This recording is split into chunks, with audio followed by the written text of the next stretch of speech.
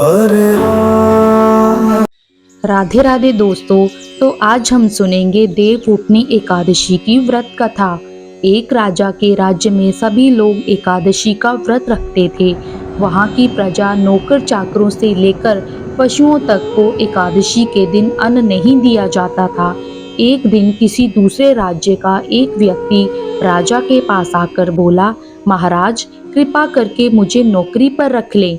तब राजा ने उसके सामने एक शर्त रखी कि ठीक है, रख लेते हैं, लेकिन रोज तो तुम्हें खाने को सब कुछ मिलेगा, पर जिस दिन एकादशी का व्रत होगा उस दिन अन्न नहीं मिलेगा।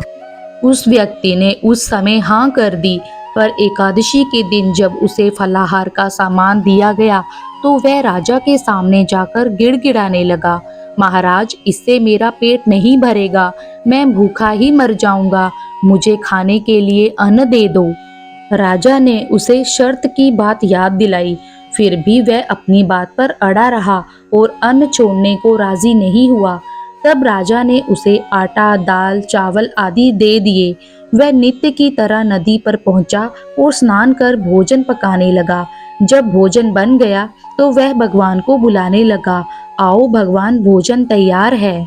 उसके बुलाने पर पीतांबर धारण किए भगवान चतुर्भुज रूप में आ पहुंचे और प्रेम से उसके साथ भोजन करने लगे। भोजन आदि करके भगवान अंतर्ध्यान हो गए तथा वह अपने काम पर चला गया। 15 दिन बाद अगली एकादशी को वह राजा से कहने लगा कि महाराज मुझे 2 गुना सामान दीजिए। उस दिन तो मैं भूखा ही रह गया। राजा ने कारण पूछा तो उसने बताया कि हमारे साथ भगवान भी खाते हैं, इसलिए हम दोनों के लिए ये सामान पूरा नहीं होता। ये सुनकर राजा को बड़ा आश्चर्य हुआ। वह बोला, मैं नहीं मान सकता कि भगवान तुम्हारे साथ खाते हैं। मैं तो इतना व्रत रखता हूँ, पूजा करता हूँ, पर भगवान ने मुझे कभी दर्शन नहीं दिए। राजा की बात सुनकर वह बोला, महाराज यदि विश्वास ना हो तो साथ चलकर देख लें। राजा एक पेड़ के पीछे छिपकर बैठ गया। उस व्यक्ति ने हर रोज की तरह भोजन बनाया और भगवान को शाम तक पुकारता रहा, फिर भी भगवान ना आए।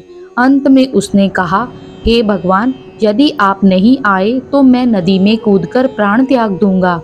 फिर भी भगवान नहीं आए। तब वह प्राण त्यागने के उद्देश्य से नदी की तरफ बढ़ा। प्राण त्यागने का उसका दृढ़ निश्चय था। तभी शीघ्र ही भगवान ने प्रकट होकर उसे रोक लिया और साथ बैठकर भोजन करने लगे। खा पीकर वे उसे अपने विमान में बिठाकर अपने धाम ले आए।